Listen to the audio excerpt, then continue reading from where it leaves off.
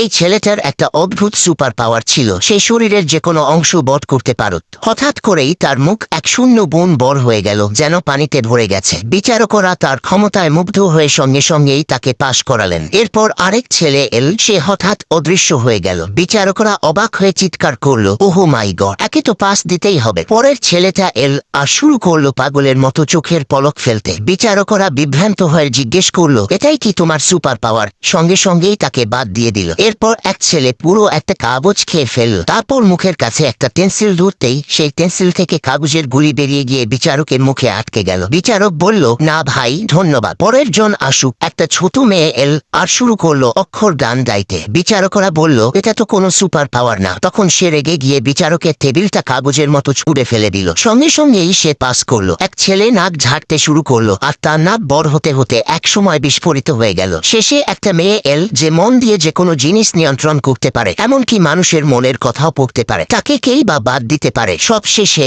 মোট 4 জনকে নির্বাচিত করা হলো একটা সুপার হিরো টিম গঠনের জন্য। আর তাদের প্রশিক্ষক ছিলেন এমন একজন যার গতি ছিল ঠিক ফ্ল্যাশের মতো।